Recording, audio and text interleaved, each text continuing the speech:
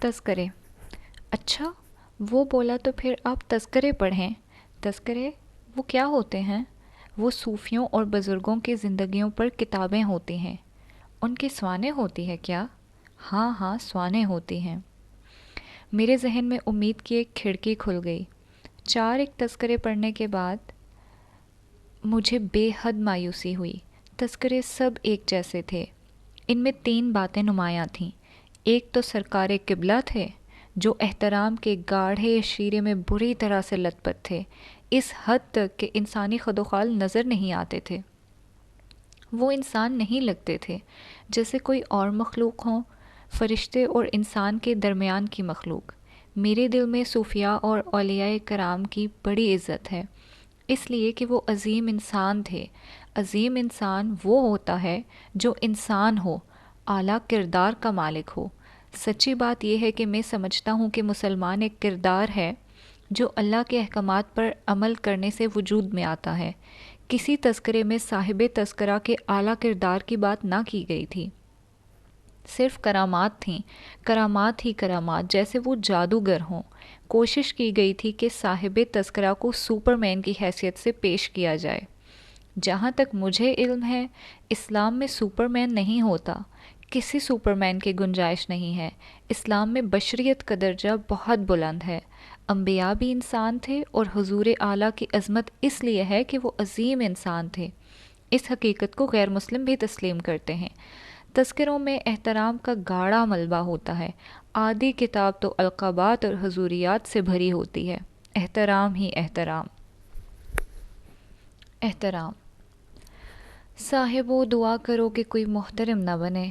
سیانے کہتے ہیں احترام ایک دیوار ہے جو محترم اور احترام کرنے والے کے درمیان کھڑی ہو جاتی ہے، جو قرب پیدا ہونے نہیں دیتی، جو خوف پیدا کرتی ہے۔ خوف مثبت نہیں، منفی جذبہ ہے، اور احترام کا جذبہ باہمی محبت کے امکانات کو کم کر دیتا ہے۔ مثلاً باپ بیٹے کا رشتہ لے لیجئے، بیٹے پر لازم ہوتا ہے کہ وہ باپ کا احترام کرے۔ اسی وجہ سے باپ اور بیٹا کبھی ایک دوسرے کے قریب نہیں آ سکتے۔ ایک دانشور نے کیا خوب کہا ہے، اگر 2 فرد پاس بیٹھے ہوں لیکن ایک دوسرے سے کہنے کے لیے ان کے پاس کوئی بات نہ ہو تو جان لیجئے کہ وہ باپ اور بیٹا ہیں۔ رشتے کے لحاظ سے اتنے قریب، برتاؤ کے حوالے سے اتنے دور، یہ جذبہ احترام کا اعجاز ہے۔ پتہ نہیں ایسے کیوں ہوتا ہے کہ باپ کو محترم بنا کر اولاد سے دور کر دیا گیا۔ اس دوری کا نتیجہ یہ ہوا کہ فادر ہاسٹیلٹی کا جذبہ پیدا ہوا، اور اس لو ریٹ کے تعلق کی وجہ سے آج جنریشن گیپ کا مسئلہ وجود میں آیا ہے۔ آج کے نوجوانوں پر نکتہ چینی کرو تو وہ جواب میں کہتے ہیں کہ سارا قصور بڑوں کا ہے، انہوں نے ہماری تربیت ٹھیک طرح سے نہیں کی، بڑوں نے ہمیں حقیر جانا، ہمیں بولنے نہیں دیا، ہمارے دلوں میں خوف کے جالے تن دیے۔ چھوٹے سچ کہتے ہیں، واقعی ہم نے انہیں بولنے نہیں دیا۔ جب بھی انہوں نے کچھ کہنا چاہا، ہم نے انہیں شش، بڑوں کے سامنے بولتا ہے کہہ کر چپ کرا دیا۔ کچھ لوگ کہتے ہیں کہ ساری چالاکی ماں کی ہے۔ ماں کی لسٹ آف پوزیشن اس قدر شدید ہے کہ وہ نہیں چاہتی کہ بچے باپ کے قریب ہوں، اس لیے کہ اگر باپ کے قریب ہو گئے تو ماں سے دور ہو جائیں گے۔ اس لیے وہ ایسا طریقہ کار اپناتی ہے کہ بچے باپ سے ڈریں، اس کے قریب نہ جائیں۔ ہمارے معاشرے میں ماں بچوں کو باپ سے ڈراتی رہتی ہے، نہ نہ نہ، یہ نہ کرو بیٹا، اگر ابا کو پتہ چل گیا تو پٹ جاؤ گے۔ میں تیرے ابو کو بتا دوں گی کہ تو نے ان سے اس روز جھوٹ بولا تھا۔ خاموش، ابو آ رہے ہیں۔ ہمارے گھروں میں ایسے جملے عام سنائی دیتے ہیں۔ بچے سمجھے ہیں کہ جھوٹ بولنا برا نہیں، بس ابو کو پتہ نہ چلے۔